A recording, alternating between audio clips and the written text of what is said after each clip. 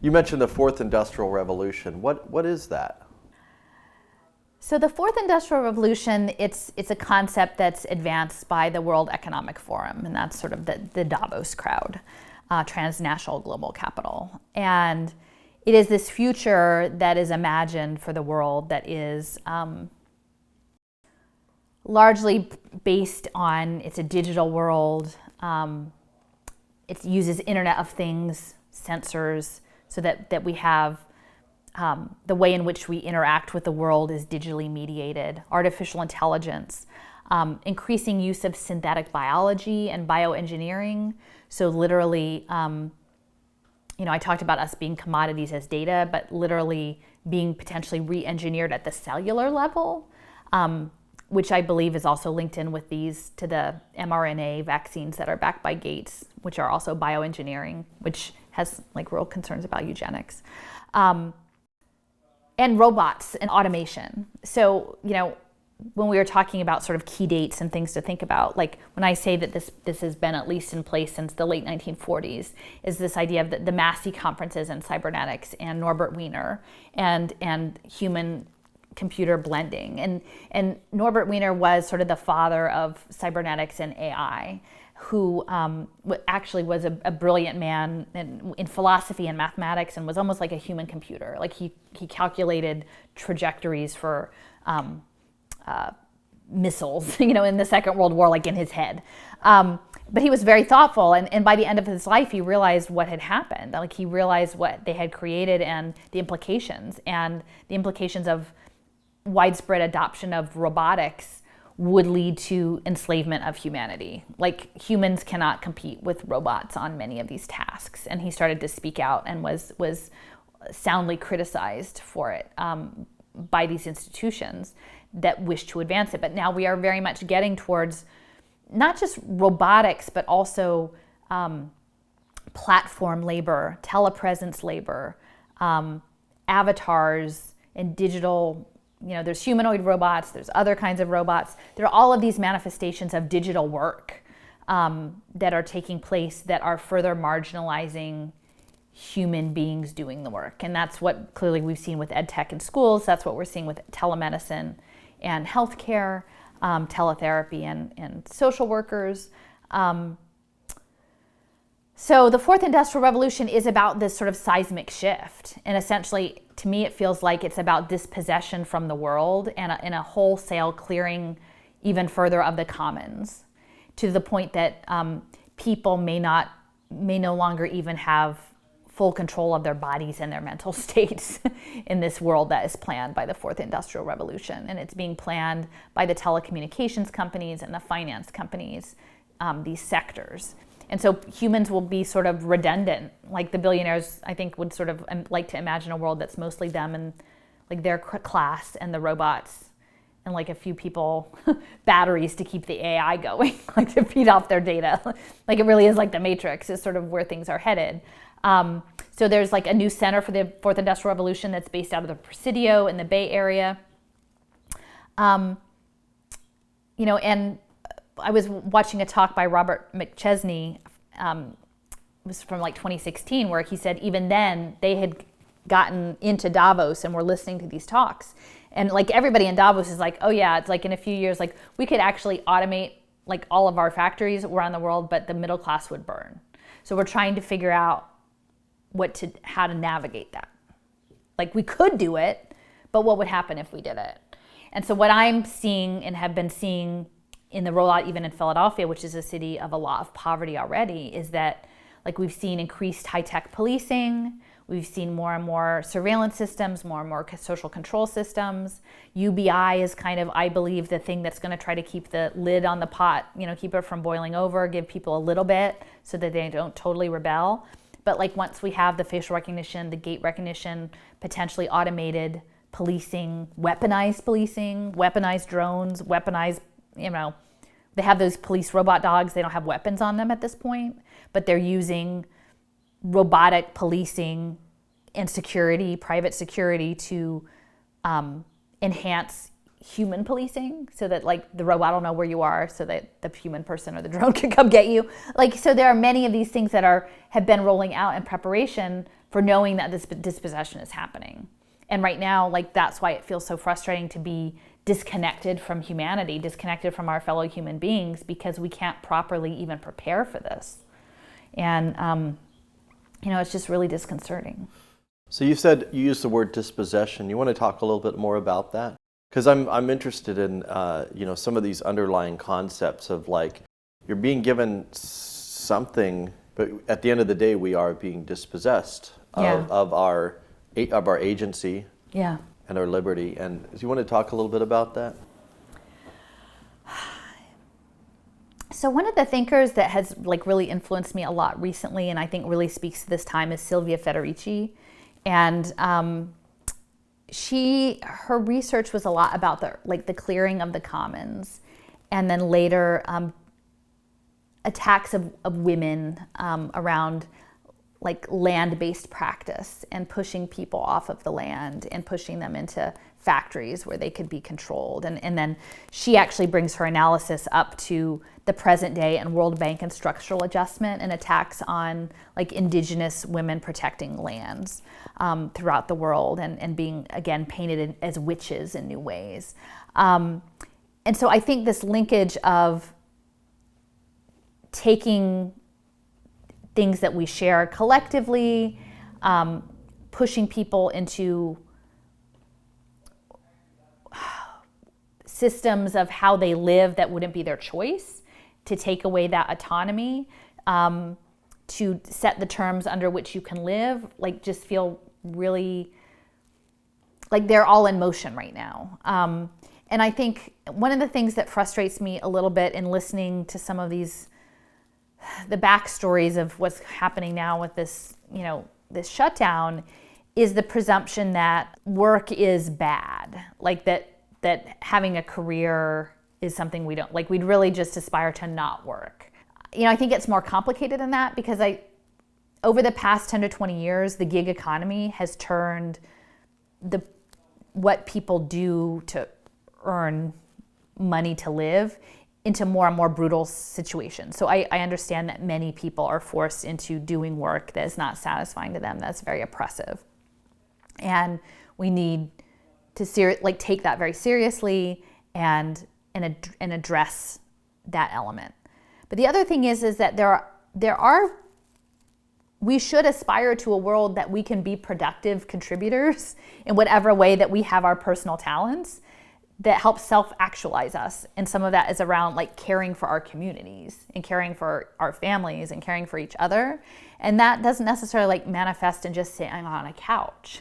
Like, maybe that manifests in teaching or healing or building things or creating generative spaces or growing things. Like, there should be ways of being in the world that we can participate in physically and with our brains and continue to grow, that may be linked into an economic value exchange system, like, that are part of that.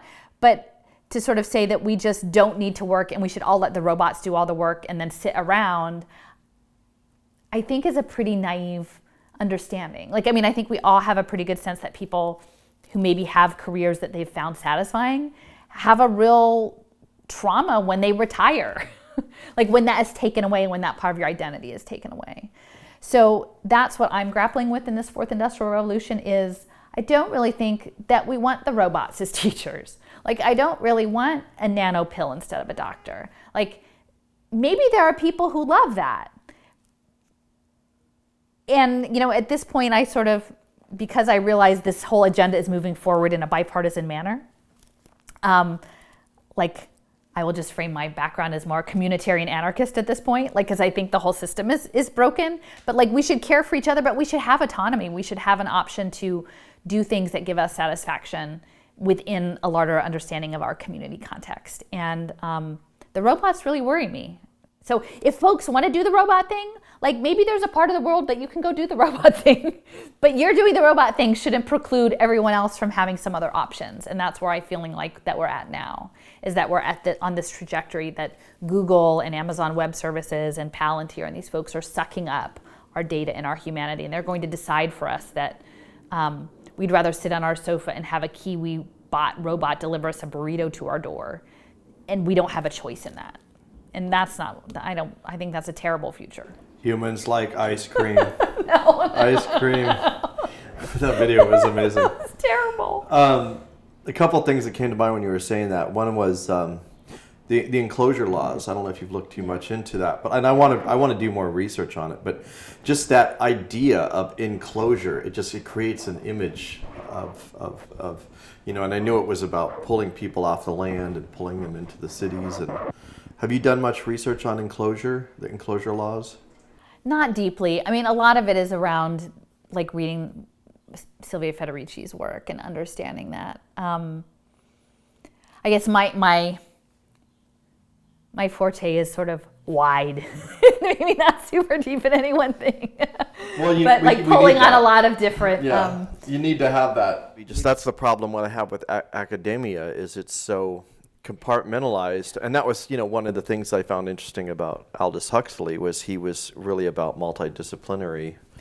And he was attacked, by the specialists. They said, you can't be speaking on this. This is all we do is study this. Yeah. And he's saying, but you can get a perspective when you can connect what this, That's what I do. He was a big promoter of the there's a documentary about him that kind of goes into his conflicts with other specialized, specialists. But see, and that's like another sort of currency, right? Like I've got my credential, my reputation is more valuable than yours. And I think that's what I'm trying to get at is this alternate worldview is not about domination, like I'm more expert, but is about a collective knowledge web. And that shared knowledge that can be applied is much more what we need in this moment than people who have certain very particular knowledges that are locked away and exchanged in very prescriptive ways. Like that's, to me, I have very little use for that at this point.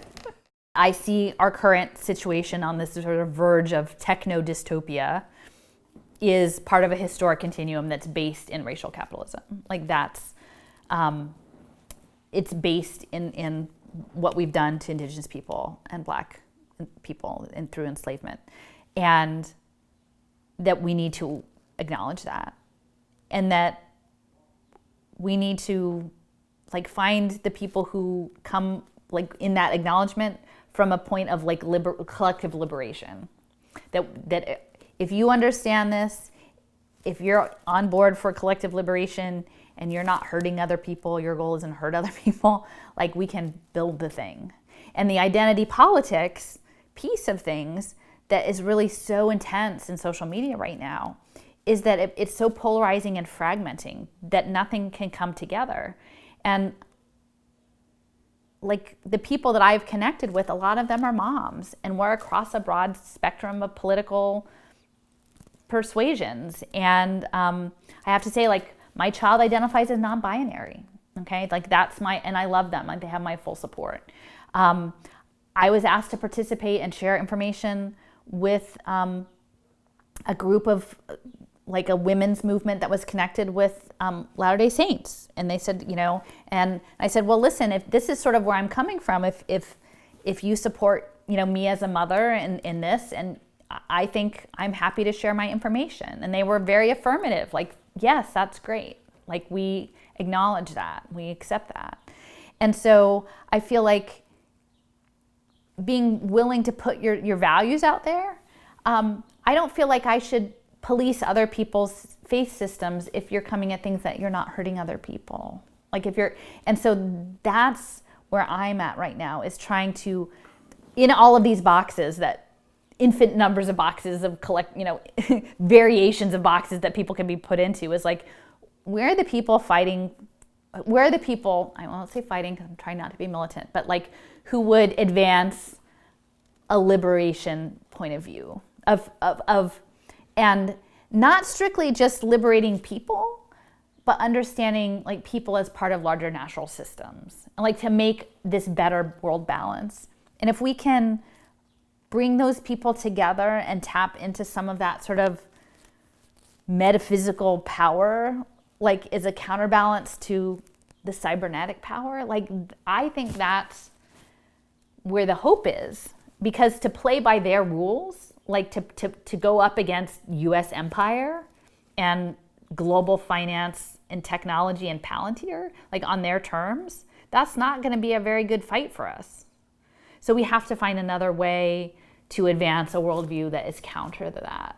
And we have to be willing, I think, to both be vulnerable and like be very clear about our values and put ourselves out there, that what our values are, and to see where it resonates. Because surprisingly, it resonates in some pretty unexpected places for me.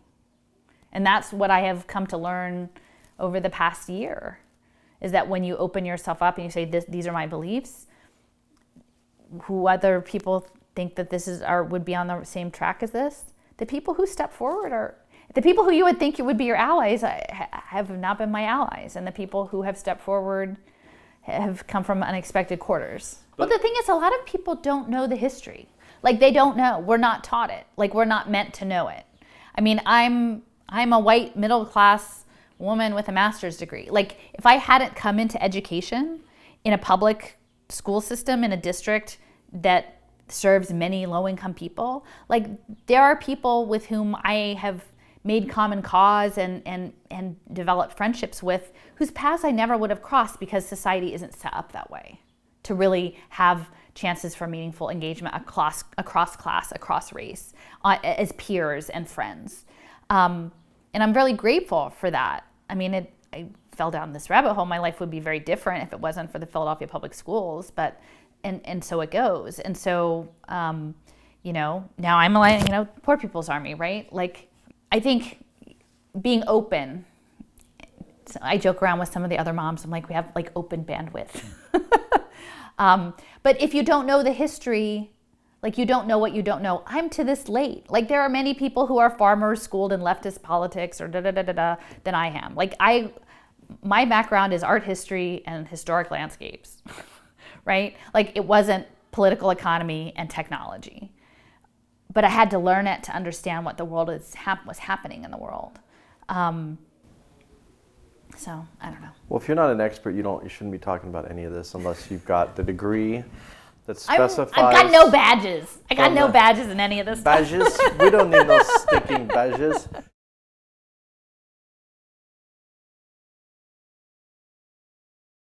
I think there are many aspects to the situation that we're not meant to know. Like, we're not meant to have all the facts, because not having all the facts leads to more speculation and more friction. For me, I had done all of this research about the fourth industrial revolution leading up to this, and I never would have figured that pandemic was going to be their trigger moment to make all of this rollout happen. It wasn't anything that was on my radar at all. But clearly, once I started reading like the World Bank stuff around pandemic bonds, it was pretty obvious that there are whole markets set up in advance of pandemic to take advantage of this situation. I mean, I think this crisis brings to the fore a lot of sort of larger issues of control, safety, privilege, thoughts about life. What is the meaning of life? How do we deal with death? Like, there are many things that are packed into this that when we get in these online discussions, like the gray area falls away. I mean, I think we would all like to feel that we're in control of having a good life. and that's something that, like, as white people, like, we feel like we're used to having that. Like, many other people in the world are not used to having that. So I think in many respects that may be feeding into some of this dynamic. The stakes are super high on getting this industrial revolution thing in place, like, around the world. And it's very clear that governments around the world have been very invested in biological weapons and synthetic biological weapons and printing viruses, synthetic biology viruses on computers. To me, to think that at some point governments wouldn't decide to use those technologies against domestic populations to accomplish the end that they want, I feel like it's a possibility. I feel like there are no guarantees of safety. I think people would like to roll back and feel like if they did all of the right things, then we would be safe. And I think there are probably, like, the Black community, Latino, like, there are many people who just know it's not safe. Like, there are no guarantees of safety in the United States. That said, I'm not trying to be cavalier about all of these things, but really trying to look at the data. And I think what we're seeing rolling out with the fourth industrial revolution is data-driven. Everything is data-driven. Government is data-driven. Society is data-driven. It's all driven on data, but data can be used to different ends depending on what data you use, how you collect the data or don't collect the data, how data is compromised or not compromised. So I think it's highlighting all of these issues around data analytics and the power that data analytics have over society, both in very specific policy ways, but also just even on our mental states. Because two people can look at the same thing and interpret it very differently. That's where I'm at. We don't know. There are many aspects of this that we don't know, but at the same time, what I would say is, under these conditions of extreme hardship that are advancing the fourth industrial revolution and further consolidating power in ways I think are going to have long-term negative consequences, we have to look out the other end and say, when are we going to say it's okay to come out? Because I think from a mental health standpoint and economic standpoint, there's tremendous trauma that's happening that can't be discounted. And from hearing them talk about it, it sounds like the plan is waves on waves of this, that this is the new normal, is facing pandemic. And whenever things get out of hand, that's the card that can be played, whether it's a pandemic in actuality, whether it's a natural situation, or whether it's something that is engineered by a political entity to a certain end. And that's just how it is. And it's kind of awful to have to think about it. But I think a lot people have a hard time thinking of their leaders or thinking of politicians or business people or philanthropists as having any ulterior motive. They can imagine some foreign leader being this horrible person, but they can't imagine someone of their own color or their own nationality or whatever. I don't know. It's very bizarre to me, that people can't grasp that there's something else going on. Well, there's a huge mythology of America, right? For some people. Just what we are, and what America represents. So, when you start to peel back, it's not all rosy. And,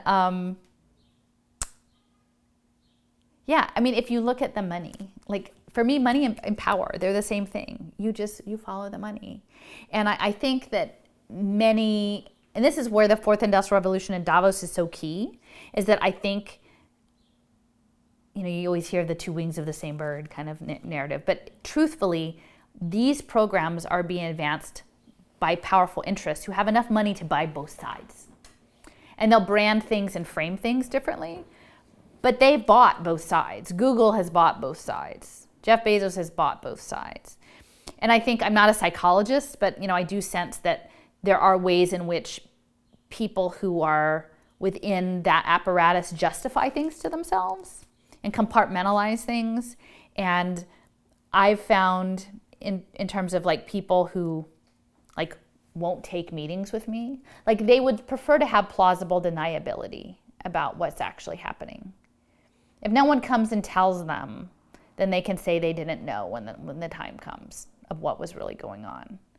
And so that's why I feel like my little job is to run around with my half sheets of paper and say, I know what you're doing. It's bad, don't do this thing. I may not be able to stop it, but I can at least eliminate the plausible deniability piece, because I say, listen, I showed up to testify to tell you that this is what's happening, Poverty Committee. Goldman Sachs wants to turn the poor into data commodities with pay for success finance and digital identity systems. And the NAACP, the National NAACP, has issued a resolution saying that is a bad idea, to link digital identity, blockchain, to digitize public benefits. Not just me, it's the NAACP. So there you go. Let me add that to the record, so you all know, you're on notice, that when this comes, that someone said it was not okay. And at this point, it's very hard. I'm mostly a sole operator with the exception of a couple dozen other moms, because we don't fit any mold. We can't go reform Party A or Party B. The Davos people are the ones, the Trilateral Commission, they're the ones who are pulling the strings, and you can't get to them. I mean, I'm not saying we shouldn't resist, but like they're not touchable by an electoral process. Getting one or two more city council people who you think are going to be on your side doesn't really, that level of reform doesn't touch Davos. And what we're up against now is this brutal progression of biocapitalism that's coming on with like drone robots yelling at you about social distancing and the robot police dogs in Massachusetts. Who is stopping that? Nobody's stopping that at this point. So it's going to have to be people organizing outside of existing parties, I think. It's not going to be an election. If you're sitting around, running around, knocking doors for an election, like, I got to tell you, if it was going to be fixed, it would already been fixed.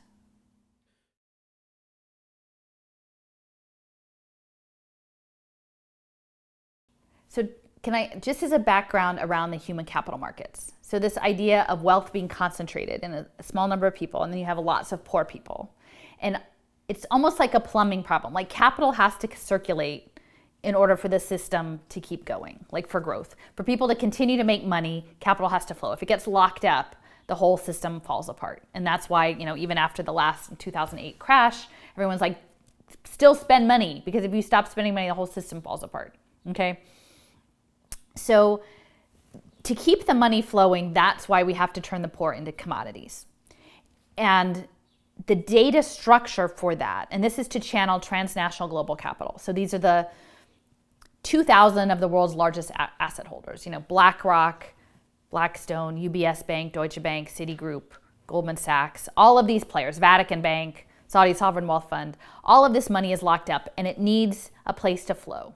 And we are reaching a point in which the general population did not have liquidity or buying power to keep that going. So that's why this shift has to happen in terms of turning people into these gambling commodities. So then the rich are playing amongst themselves this gambling game over who gets the more money. That structure rolls through the United Nations Sustainable Development Goals, which may seem like to make not much sense. Like, how does the UN connect to impact investing? But connects very directly.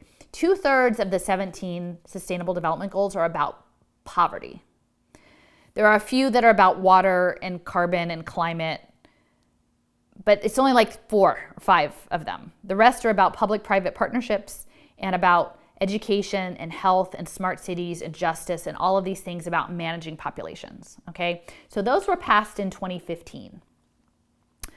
The Global Impact Investment Network was set up like 2007, 2008, right around the crash. And that was getting everybody on board for metrics, impact metrics for social impact. Okay, they're connected. So that's 2008 or so. Judith Rodin and the Rockefeller Foundation. With the B Lab, they got everybody set up with the metrics now to play their game. Down 2015, everybody signed up for the UN Sustainable Development Goals. Okay, and we're thinking climate, but really it's a little bit of climate and a lot of poverty. So then there's something called the Impact Management Project, which is these 2,000 largest asset holders that are going to channel their capital into fixing the climate and solving poverty, okay? Because that's the apparatus, that is the plumbing to keep the capital moving when the poor can't buy anything, okay? That's the new model, the new economic model. And this is largely backed by Open Society and Soros. It's called the Institute for New Economic Thinking, and he's bought thousands of economists all over the world at like $50,000 a pop. Open Society has to like set this new economic system up. So it's all tied to the UN SDGs. Number 3 is, I believe it's number 3 is health, and number 4 is education, okay? They have said to make the impact markets work, it all has to be mediated digitally through ICT, individual communication technology. So that's phones and tablets, okay? So all of the UN SDGs, ironically, are supposed to be channeled through digital devices. Why? Because they need the data for the impact investors, okay? Like if you teach a kid something, but it's not on a dashboard, does it count? Well, it's not gonna count for UBS Bank, so it all has to be on the dashboard. And so what we're seeing in terms of the shift to everything digital is to capture that data, to justify it for these. And it may not be fully online yet, but it's normalizing it, okay? So the way in which you have playlist education, it's not because that's better education, it's because it's better data collection for these impact markets. So I know much more about the education side because I was tracking ed tech for a long time.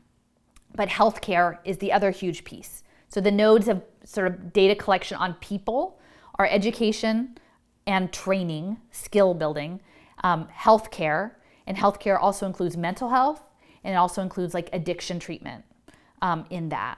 And then supportive housing. So that's like housing for people and services around their housing for people who are unhoused. Those are the three main areas of data collection. So what we've seen with this lockdown situation now is all of a sudden, at least two of these major industries that are connected, health and education, are all platformed. Everything is online. School is closed. No more school. Probably never any more school unless we wear like hats with pool noodles on the top or something. I mean, it's ridiculous. And so as I was studying this for the last 5 years, this model is called the learning ecosystem. And it's supposedly, I guess, when we go out, that you don't have bricks and mortar schools anymore.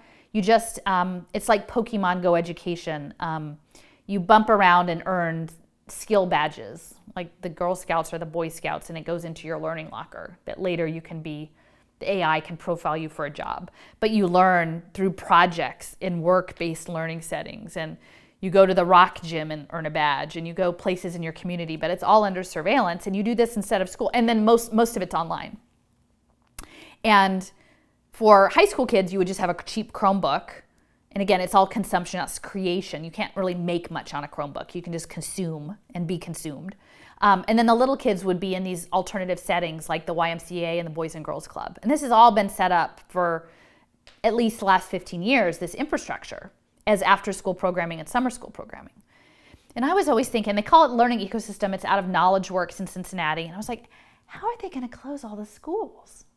I was like, you know, I'm telling people, this is coming. And they're like, we can't see it. And I'm like, how are they going to close all the schools? Like, who would ever do that? Me and my husband, he's like, no one's going to close all the schools. Well, yep. Didn't see pandemic coming, right? And so now we've closed all the schools. And then the conditions under which in some places they're reopening schools are so horrific, it's like a prison. So people don't want to send their kid back to school. One, either because they don't feel safe because of health concerns, or two, they just think it's brutally awful.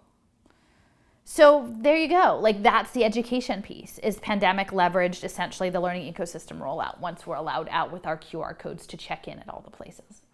And this is tied in with blockchain vouchers, education vouchers, which will be these ESA savings accounts.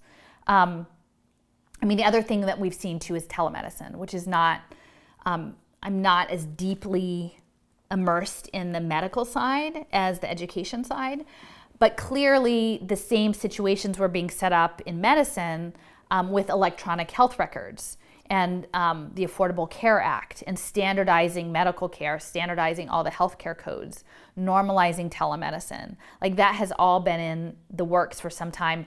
IBM and Google working on AI analytics around medicine in other places with socialized medicine that they could get the big data sets. So that's already, like, now, you know, you can hardly see a doctor, right? You have to be screened through the telemedicine protocols. I mean, the other piece on this is supportive housing is that there are many people that, despite, you know, restrictions put on evicting people now and sort of postponements, there's a very clear sense that a lot of people are going to probably be dispossessed out of their current living situations, like in the next year. And while there's a lot of organizing going on around immediate, like, don't evict these people today, and that's what I was trying to convey, like, within the past year with, like, the tenants union and more socialist housing organizations, is that it's not just about the people. Like, we need to understand this pay for success infrastructure within supportive housing, because eventually that's the next frontier. It's not just keeping people in affordable housing situations. We have to take on this affordable pay for success housing, where essentially, and a lot of these housing, supportive housing programs are run through religious groups. So essentially, you know, the Vatican Bank is very deep into a lot of this. In Philadelphia, Project Home is the lead person with pay for success finance. And so then the question becomes, if all of a sudden large percentages of people have to access housing through pay for success deals that are connected ostensibly through faith-based entities, God forbid you get associated with one that isn't aligned with your belief system. Like, what does that mean? Like, in order to, like, not be on the street, like, and you probably won't be able to be on the street because the drones are after you, like, you have to comply with a belief system that may not even be yours. And then someone is getting kickbacks because this is the new human capital commodity scenario. There's huge ethical questions that we should be asking. And the other piece of this, there's a model. Santa Clara County, California is the incubator for a number of these early phase pilot programs. There's a pre-K one called Strong Start, I believe, an early literacy one. There's one for mental health, and there's one for housing. The housing social impact bond is called Welcome Home, the Welcome Home social impact bond. These deals, these pay for success deals, are overseen by a third party that assesses its success or not, according to the terms of the contract. The Welcome Home social impact bond, the third party assessing the data is Palantir. So Palantir is Peter Thiel's company that maintains contracts with ICE, Department of Homeland Security, and predictive policing contracts. Okay? So you're unhoused in Santa Clara. Maybe you have someone in your extended family who's undocumented, and now all of a sudden your access to housing, your data is run through Palantir because someone structured it as a global financial market. I mean, and in that, one of the investors in that deal was the Reinvestment Fund, which is based in Philadelphia. So you're essentially turning people's basic human needs into global investment markets and conditioning that on a level of surveillance that's tied into a very clear predatory police state apparatus. And very few people are talking about that yet, but that's going to be the aftermath of this COVID situation. What happens when your housing is predicated on a health status, right? And you leave for the day and somehow, like, somebody that you were in touch with 2 weeks ago changes your QR code and you can't get back in your housing. Like, these are all things that are probably very technically possible now. They're not perhaps scalable or socially acceptable. And that's what I keep saying. There are these pilots that are in place that should they become normalized, should they become scalable, will have profound implications for humanity. And Silicon Valley are not our benevolent overlords. They're just not. Yeah. Did you talk about digital ID? Did you want to talk a little bit about that, or is that something you kind of delved into? Yeah. So the whole concept of human capital data commodities depends on, and also smart cities and Internet of Things, is that essentially there's one portal that aggregates all of the data on how you interact through technologies in real time. And these items are connected on, it's called a self-sovereign identity system or decentralized identity system. Often people are looking at blockchain as the mechanism, although I don't think it necessarily has to be on blockchain. And this premise that you accumulate assets, right? And these are assets that are maybe outside what I'm saying, like currency. Like a digital asset could be your birth certificate, your marriage certificate, the property you own, your certifications, your credentials, academic or otherwise, your health status, your voting records, your health records. All of this data accrues in one place. And what they will say, what the privacy people and the data commodity people, like, you have control over your data. Like, you can use it however, you can unlock whatever part of data that you want. But MIT has developed something called Enigma, which allows querying on encrypted data. So it may not be personal, PII, like personally identifiable information, but in aggregate, they can use and tap into that information for their impact deals. So digital identity systems have been prototyped through, again, global aid. There's something called ID 2020 that is connected to the United Nations, and I believe it's Microsoft and Accenture are the enablers, and the Rockefeller Foundation is part of it as well. And I know a lot of folks on the conservative side of things sort of point fingers and say, the globalists, watch the globalists. I'm like, They're the globalists mostly. Like the globalists are Microsoft and Accenture and Deloitte and KPMG. Like there are many globalists that are embedded within the United States. Not exclusively, but we have to understand that, like when we're looking at the United Nations. They're not a benevolent entity at this point. They've had longstanding ties to the Rockefeller family for years and years on the Trilateral Commission. So they're this apparatus. But ID 2020 is one of these systems that was used to track refugee populations. And they will pitch it by saying like, oh, you need to run out of your house in the middle of the night and you don't have your papers. Don't worry. Once your retinal scan is on file, you'll just take it wherever you go. And like literally what they're setting up is, when I talk about like programmable money, they're doing their refugee benefits tied to retinal scans, biometrics in places in Scandinavia, like the Syrian refugee population. So they pay for their groceries with a retinal scan, right? Well, how convenient until you get labeled a dissident, right? Like, and then once they have that biometric data, there are whole issues about it being hacked or encrypted. Like if it becomes misused, you don't get that back. And that's like that's not just a password you can change. You can't change your biometrics. So these systems that have been refined through aid packages are now finding their way back into the United States. So Michael Bloomberg is a key player in smart cities and smart policing and impact investing through Bloomberg Philanthropies. He has underwritten, and he's donated significant monies to thousands of mayors of mid and sized cities around the country and the EU and India to get on board with data-driven government. And they backed a project in Austin where they were assigning blockchain identities to unhoused people. Again, ostensibly so that they could keep their medical records on a QR code. But that opens them up to become these impact commodities. And now there's a lot of blockchain work going on in Austin. That project evolved into something called MyPass, which is connected to the Robert Woods Johnson Foundation. It just so turns out that QDX Health, which is based outside of Austin, it's between Austin and San Antonio, like that company has developed blockchain health passports. So like I haven't made a direct link between the Austin homeless blockchain program and QDX Health, but very clearly once you have a digital identity program set up on blockchain, having a health component like would plugged right in, seems the next logical conclusion.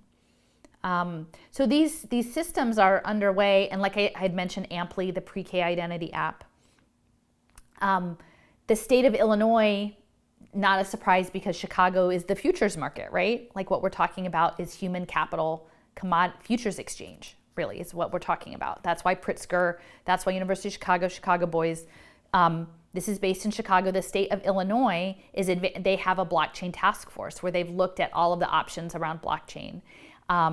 And there's a report that you can look up online, the Illinois Blockchain Task Force project, I think it was 2018, where they had a number of thought experiments about how they would use, and this is the programmable money, so no, that's useful to think about. So this hadn't been implemented, but what they did was they were theorizing in a diagram, SNAP, or food, money to buy food on blockchain and what that would look like. And that you would have an individual with a digital identity. You would have a digital wallet that would have a certain, amount of access put into that wallet. And then when you used that money for food, and it would probably only be programmed for food, your SNAP versus your housing or your healthcare, if you made the right choice, for the healthy choice, it would put money back into your wallet as like a subsidy. But if you made the wrong choice, it would just be full price. Okay, so they had like an apple and a hamburger. And so they would say, well, if you bought the apple, we'll like ding you back a quarter because we love that choice. That's a really good choice that you just made there. The problem, and there are a lot of people like, that sounds great because people should just be making the good choices. But there's no structural analysis, because what that is not seeing is that this person may live in a food desert where they can't get the apple. This person may work 2 jobs and some side gigs, side hustles, and they can't get to the grocery store with the produce when it's open. This person may live in a squat and not have access to cooking opportunities. Like, there are many reasons by which the right choice is not the possible choice. And then people say, well, it's just a plus. But the thing is, eventually then they will cut it back, and then the SNAP amount allocated into that system will only suffice through the month if you always make the right choice. Or if they decide that, baby formula, or, you know what I mean? Like, there are health, corporate health versus, a community garden type thing. You know what I mean? Like, yeah. they could declare that, oh, this vitamin, enhanced processed food, we've declared this to be healthy. Right. You know what I mean? Right. Who gets to say what's the good choice and what's not the good choice? Right. And then, so what if you look at this diagram, it's very simple. If your premise is there's the preferred choice and the unpreferred choice, you can apply that to anything, correct? You could apply that to a medical treatment. What's the evidence-based choice? That's going to be the preferred choice. And who's benefiting from that being the good choice? School curriculum.